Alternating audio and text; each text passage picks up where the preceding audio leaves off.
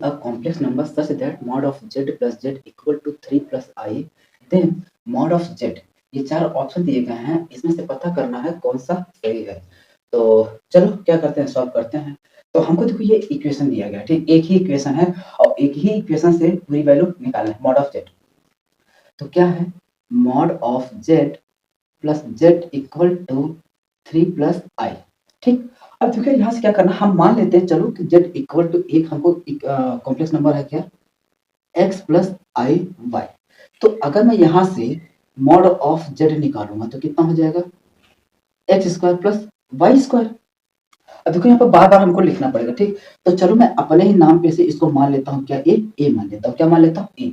तो mod of ए क्या हो जाएगा, ए हो जाएगा plus z equal to 3 plus i.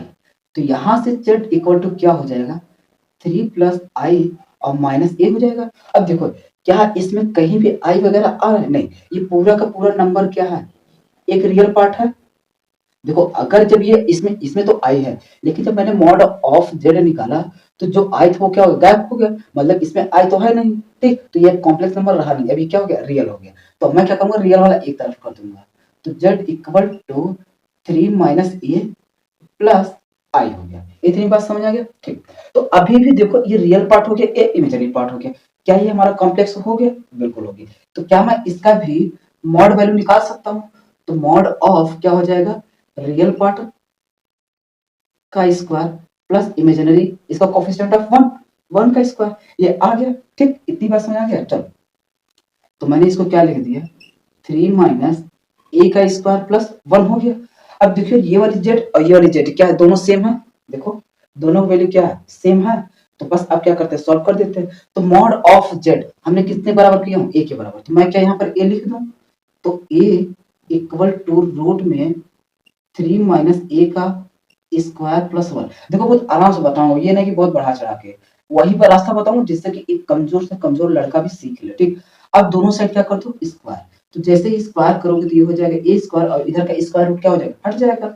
तो कितना हो जाएगा, 3 माइनस ए का स्क्वायर प्लस 1। तो अब देखो यार, इसको चाहे तो तुम या ओपन कर दो या तो सीधा क्या कर दो, इसको इधर उधर बुला के सॉल्व कर दो। मैं कह रहा हूँ भाई चलो ठीक है, ओपन कर देते हैं, ठीक। इसकी वैल्यू कितना हो जाएगा, 9 ए स्क्वायर 3 टू 6 ए प्लस 1 हो जाएगा। अब देखिए यहाँ ए से ए क्या हो, कैंसिल आउट। तो 0 इक्वल टू 9 और प्लस 1 कितना हो जाएगा, 11 माइनस 6 ए कितना हो जाएगा, 6 ए। इधर माइनस इधर भेजेंगे क्या हो जाएगा, प्लस 6 ए इक्वल टू 11। तो इसको देखो यहाँ, यहाँ से यहाँ, तो 6 ए इक्वल टू 11। तो ए इक्वल टू कितना हो जाएगा, 11/6। तो यही जो हमारा क्या ए क्या है, मॉड ऑफ जेड, और मॉड ऑफ जेड ही पूछा गया है। तो 11/6 हमारा क्या होगा, फाइनल आंसर।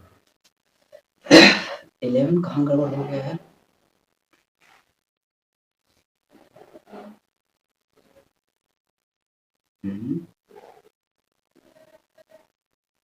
ओह सॉरी 9 और ये कितना हो जाएगा, 10 हो जाएगा, ठीक। 11 बोल रहा हूँ, कितना हो जाएगा, 10। तरीका गलत नहीं होगा, चिंता ना करना, तरीके गलत नहीं हो सकते, तरीका हो सकता वही रहेगा, बस प्लस माइनस का थोड़ा सा डिफरेंस हो सकता है। तो यही होगा। अब देखो ये वाला ऑप्शन है, नहीं है, ठीक। तो इसको थोड़ा सा सिंप्लीफाई कर दो तो कितना आ जाएगा, 5/3। कितना आ जाएगा, 5/3। तो 5/3 कौन सा ऑप्शन है, बी वाला, ठीक। तो यही हमारा क्या होगा, आंसर।